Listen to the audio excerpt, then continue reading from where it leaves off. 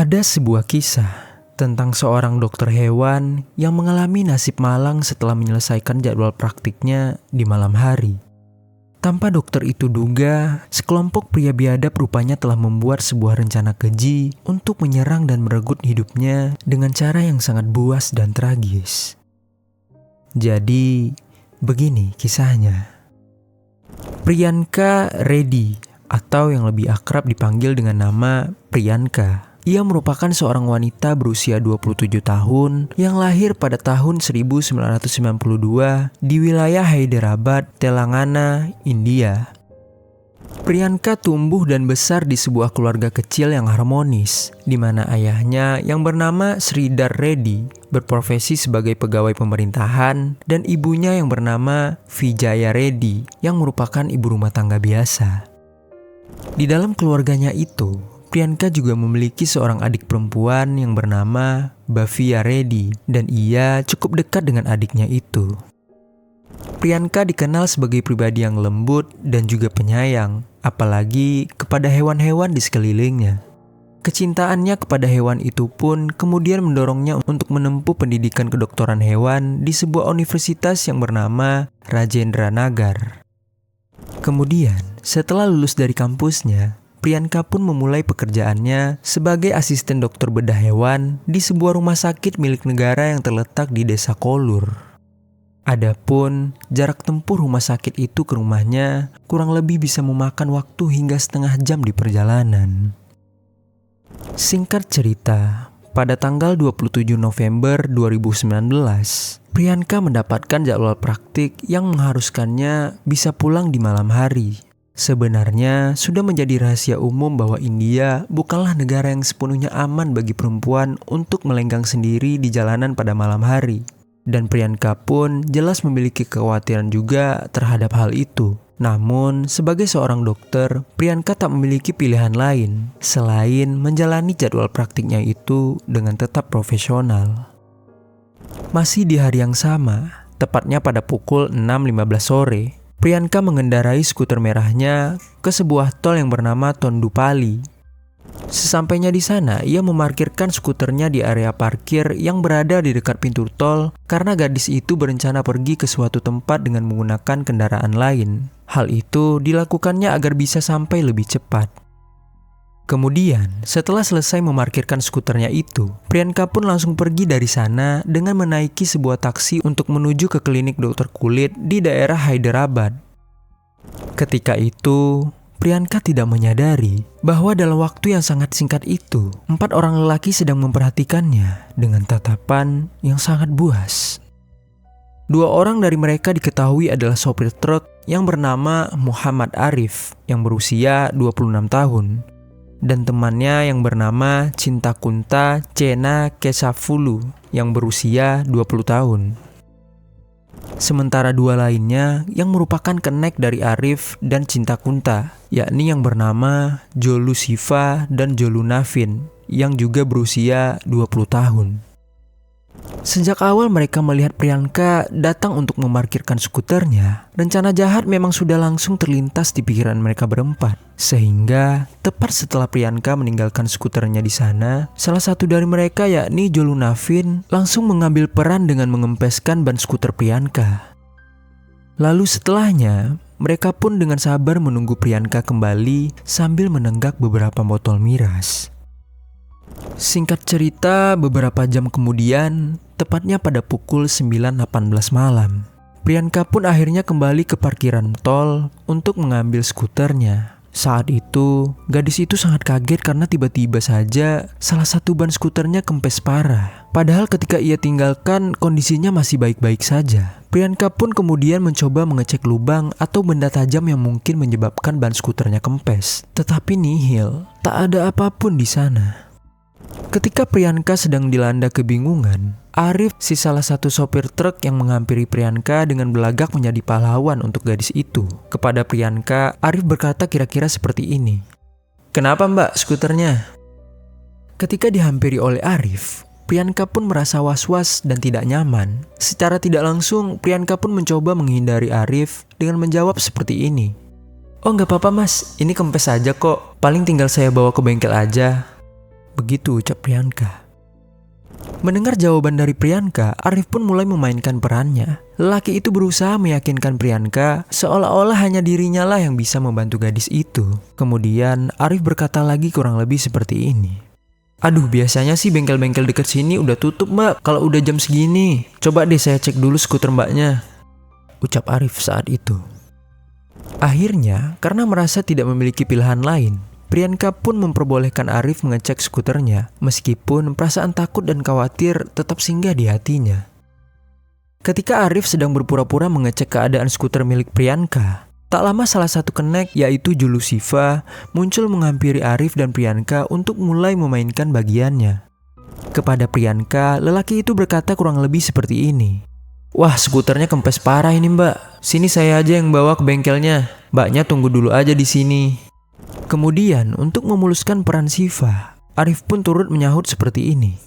Oh iya mbak, dibawa sama dia dulu aja. Teman saya ini terpercaya kok. Begitu ucap Arif. Mendengar itu, kekhawatiran dan kecurigaan Priyanka sebenarnya semakin menjadi-jadi. Apalagi gadis itu mencium bau alkohol yang menguar dari mulut kedua lelaki itu. Namun, karena saat itu dirinya dalam posisi bingung bercampur cemas, Priyanka pun hanya bisa mengiyakan saja ketika skuternya dibawa oleh Siva. Sambil menunggu Siva membawa skuternya ke bengkel, Priyanka pun masuk ke Plaza Tol. Tetapi, tak lama gadis itu pun menyadari bahwa di luar plaza ada dua pria lainnya yang menunggunya bersama Arif. Ketakutan yang muncul di hati Priyanka pun semakin menjadi-jadi. Untuk itu, Priyanka pun menelpon adiknya yang sedang berada di rumah untuk menemaninya meskipun hanya melalui panggilan telepon saja. Sambil berbisik-bisik, Priyanka pun berkata seperti ini kepada Bavia, adiknya. Dek, temenin kakak ya. Ini motor kakak bannya kempes di tol Tondupali. Terus ada dua orang yang katanya mau nolongin kakak. Tapi sebenarnya kakak takut banget. Soalnya di depan kakak malah muncul dua orang lagi nih. Mana kayaknya mereka mabuk lagi. Soalnya mulutnya pada bau alkohol gitu. Begitu adu Priyanka kepada adiknya. Mendengar itu, Bavia pun seketika panik dan khawatir.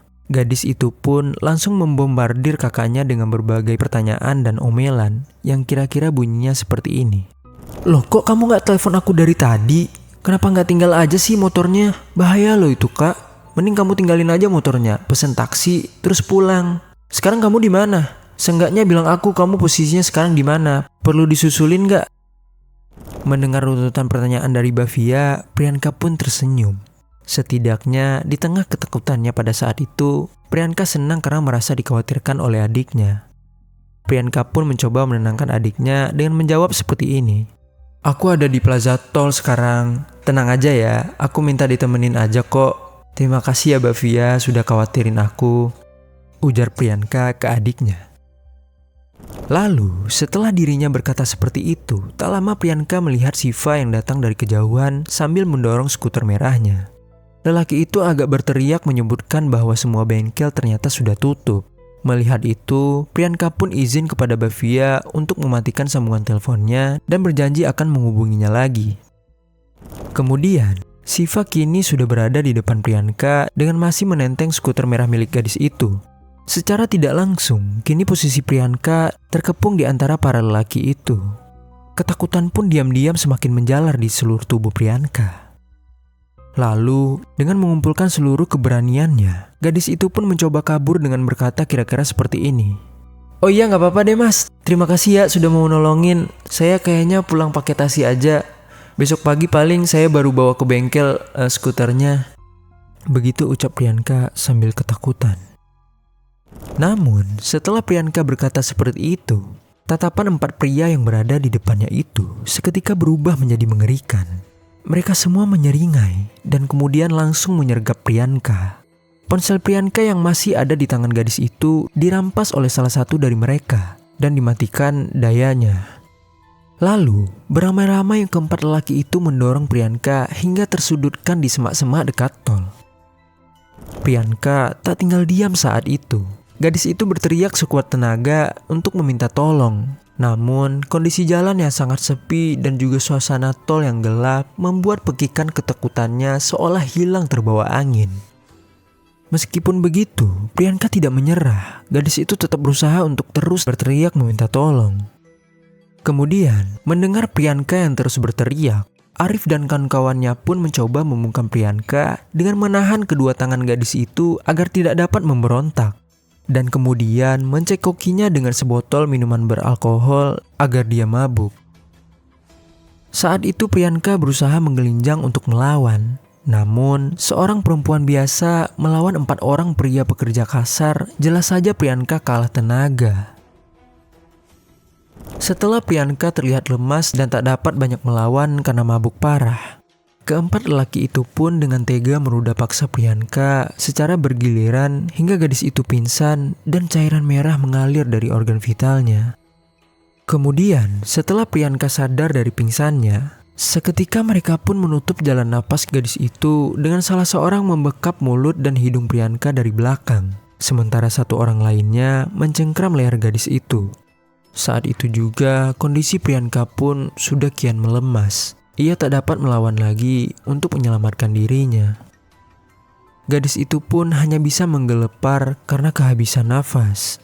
Dan akhirnya ia meninggal di tangan kotor keempat pria bejat itu. Setelah memastikan Priyanka tidak lagi bernafas, selanjutnya para lelaki itu membungkus jasad Priyanka dengan sebuah selimut dan mengangkutnya ke truk mereka. Kemudian, mereka pun membawa jasad Priyanka sejauh 27 meter ke sebuah lokasi dekat Simpang Susun Satnagar di Jalan Lingkar, luar Hyderabad. Lalu, setelah sampai di lokasi itu pada pukul 2:30 dini hari, mereka pun mengeluarkan jasad Priyanka dari truk. Kemudian, menempatkannya di pojok jembatan beton. Dan setelah itu, dengan keji mereka membakarnya dengan menggunakan bensin. Seketika, si jago merah pun dengan cepat melahap tubuh Priyanka. Dan akhirnya, setelah melakukan itu semua, keempat lelaki itu pun kembali ke truknya dan meninggalkan jasad Priyanka yang terbakar begitu saja. Di lain sisi, sebenarnya tak lama setelah Priyanka melakukan panggilan telepon kepada adiknya tepat pada pukul 9:22 malam hari, 20 menit kemudian Bhavya berusaha menelepon kakaknya kembali, tetapi ponsel Priyanka sudah mati. Ketika itu, Bhavya pun panik. Ia meminta seluruh keluarganya untuk membantunya menghubungi Priyanka. Sedangkan dirinya keluar dengan membawa mobil untuk mencari kakaknya di pintu tol. Namun, Bhavya terlambat karena ketika gadis itu sampai di sana, dirinya sudah tidak menemukan siapapun. Bhavya pun semakin panik dan khawatir. Namun di saat yang bersamaan, dirinya juga tidak berani keluar dari mobil, mengingat dirinya juga seorang perempuan dan jalan tol saat itu benar-benar sangat gelap dan sepi. Tangan Bhavya pun gemetar memikirkan kemungkinan buruk yang mungkin saja terjadi kepada kakaknya. Tetapi dalam keadaan panik itu, Bhavya tetap berusaha berpikir jernih. Gadis itu pun menghubungi ayahnya dan mengatakan bahwa kakaknya telah menghilang dari pintu tol. Mendengar laporan dari putri bungsunya, ayahnya pun langsung menghubungi pihak kepolisian untuk melaporkan kehilangan Priyanka dan seberapa genting situasinya. Namun sayangnya, saat itu kepolisian tidak terlalu serius menanggapi laporan dari keluarga Priyanka. Mereka baru turun ke pintu tol pada pukul 3 pagi, di mana saat itu Priyanka sudah meninggal dan bahkan jasadnya sudah menjadi abu 30 menit sebelumnya. Singkat cerita, pada pukul 6 pagi, jenazah Priyanka yang telah hangus terbakar ditemukan oleh seorang pengantar susu. Lalu 1 jam kemudian, tepatnya pada pukul 7 pagi, polisi pun datang ke TKP dan memeriksa jenazah korban. Kondisinya sangatlah mengkhawatirkan karena 70% jasadnya telah terbakar hingga polisi sulit mengidentifikasi identitasnya. Kemudian polisi pun menghubungi pihak keluarga Priyanka untuk melakukan pencocokan tes DNA mengingat mereka membuat laporan kehilangan seorang gadis yang ciri-cirinya hampir sama dengan jasad korban yang baru ditemukan. Namun, belum juga tes DNA dilakukan. Pihak keluarga langsung mengenali bahwa jasad itu adalah Priyanka dengan melihat liotin Ganesha yang masih menggantung di leher gadis itu. Saat itu, tak dapat dibayangkan perasaan keluarga Priyanka ketika mengetahui bahwa Priyanka yang mereka cintai berakhir tragis seperti itu. Rasa marah, kecewa, dan menyesal bergumul di dada mereka tanpa bisa dihindari. Setelah itu, kasus pengeksekusian dan pembakaran dokter hewan malang itu pun dengan cepat menyebar ke seluruh negeri dan berhasil memancing amarah publik kepada aparat penegak hukum. yang mana mereka selalu mengabaikan dan menyepelekan keamanan perempuan. Untuk itu, pihak kepolisian pun tak mau melakukan kesalahan kedua. Dengan sigap, mereka pun langsung memulai investigasi dengan mengecek CCTV di seluruh area. Bahkan, mereka membentuk 10 tim untuk melacak pelaku yang mengeksekusi gadis malang itu. Untungnya, usaha mereka langsung membuahkan hasil. Kurang dari 24 jam, tepatnya pada tanggal 29 November 2019, keempat tersangka yang terdiri dari Muhammad Arif, Jolu Siva, Jolu Navin, dan Cinta Kunta Cenakesavulu berhasil ditangkap dan diamankan untuk diinterogasi di kantor polisi. Selama proses interogasi, keempat pria itu tidak mau mengaku dan pernyataan-pernyataan yang dikeluarkan oleh mereka berempat pun berbeda-beda satu sama lain. Untung saja, bukti-bukti lain sudah dikumpulkan oleh pihak kepolisian sehingga persidangan untuk keempatnya langsung bisa dijadwalkan. Sebelum persidangan, reka ulang adegan pun dilakukan pada tanggal 2-3 Desember 2019 mengikuti waktu kejadian perkara. Mulanya, semua berjalan lancar-lancar saja. Namun, ketika di lokasi pembakaran, tepatnya pada tanggal 3 Desember 2019, 3:30 dini hari, para tersangka mulai bertingkah dengan mencoba kabur dan mencuri pistol milik polisi. Sehingga saat itu baku tembak pun terjadi antara pelaku dan pihak kepolisian, yang mana membuat suasana reka ulang adegan pun menjadi dramatis dan mencekam. Akhirnya, karena situasi yang sudah tidak terkendali, saat itu polisi langsung menembak keempat pria itu. Dan akhirnya mereka menemui akhir hidupnya di TKP yang sama di mana mereka mencoba melenyapkan jasad Priyanka. Aksi polisi yang memilih untuk mengeksekusi para pelaku keji itu menuai respon positif dari masyarakat dan keluarga korban. Meskipun begitu, kekecewaan yang dirasakan keluarga Priyanka atas lambannya para penegak hukum dalam merespon laporan tak dapat hilang sepenuhnya di hati mereka. Mereka pun menitipkan permohonan mendalam kepada para penegak hukum agar kelak di kemudian hari tak ada lagi Priyanka lainnya.